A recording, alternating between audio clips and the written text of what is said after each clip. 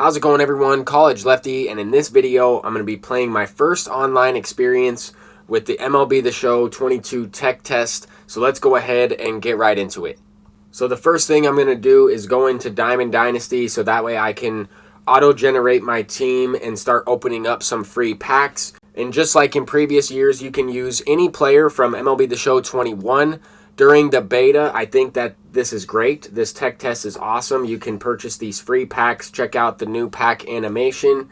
Here we have 10 diamond player items in each one. This is how you get some of those finest cards. This is how you get the finest Mike Trout or the milestone Ken Griffey Jr. if you do not have him unlocked in MLB The Show 21. However, your progress and all of the players that you get during this beta will not crossover. You will have a fresh team when the game releases. You will have to build your team from scratch with the pre-order bonuses or whichever version of the game you decide to purchase.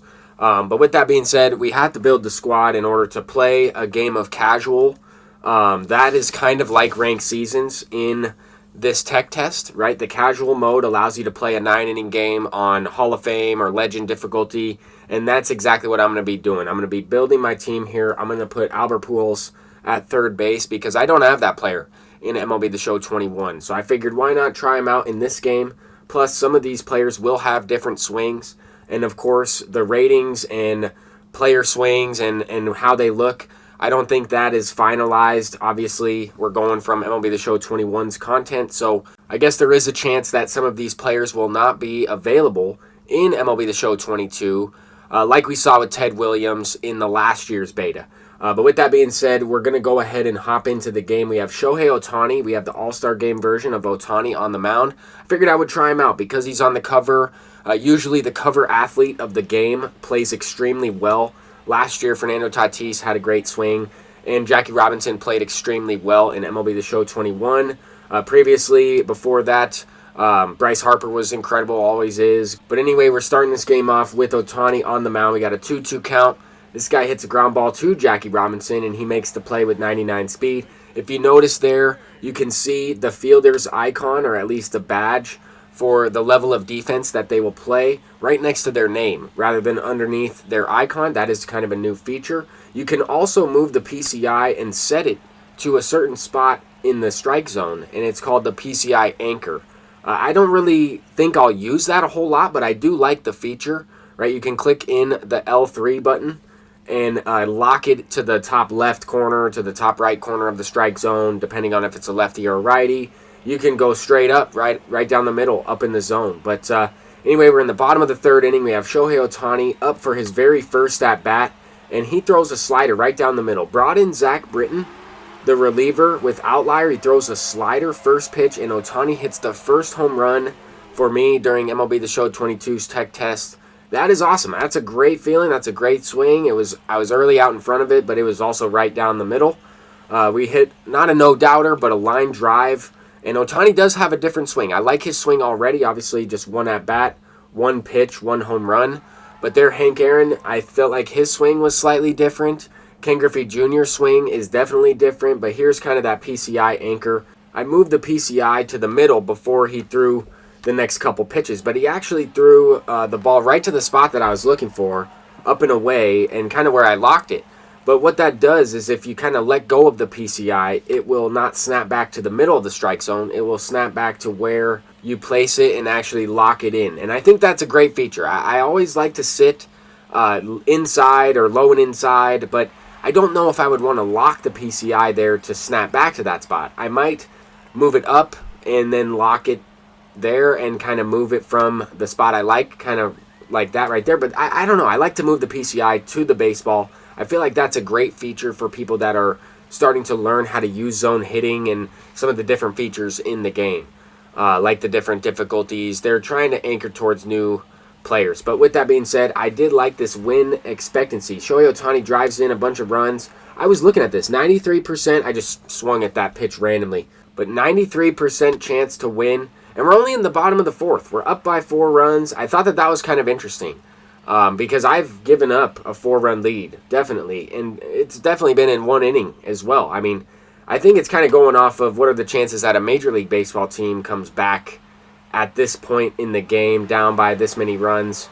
But I'm not really sure. I'm curious how they factored that in. It is Diamond Dynasty, so all these players are 99 overall or whatever the case is. My team overall is 99 even.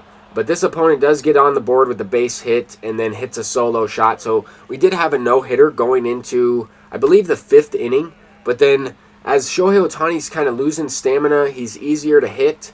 And his confidence started to go down a little bit once he gave up that home run and even the first hit.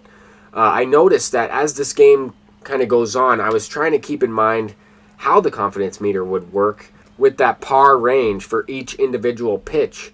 But as I pitch more with him, I feel like that's going to get a lot larger in terms of where the ball will end up, even with pinpoint pitching.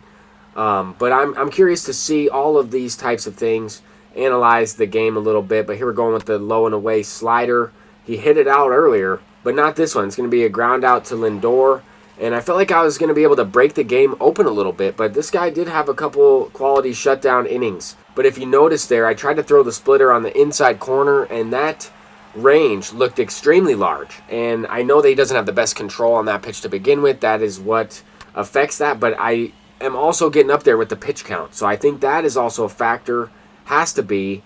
And I'm pretty sure that was in MLB The Show 21. It just might be a little bit more noticeable in MLB The Show 22. But here we have Mike Trout with a great no-doubt swing. Let's take a look at this swing in slow motion. It wasn't a perfect swing. It wasn't perfect PCI placement, but if you notice, the barrel of the bat makes contact with the baseball pixel almost perfectly, and it is on Hall of Fame difficulty. I have hit, a couple late hits, a couple bloops.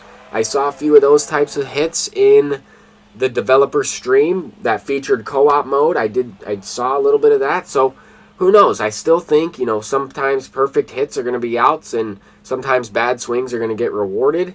But some of that stuff could change. I know patches will be coming out. They're going to be patching different stuff. I'm going to try and play a co-op game here coming up.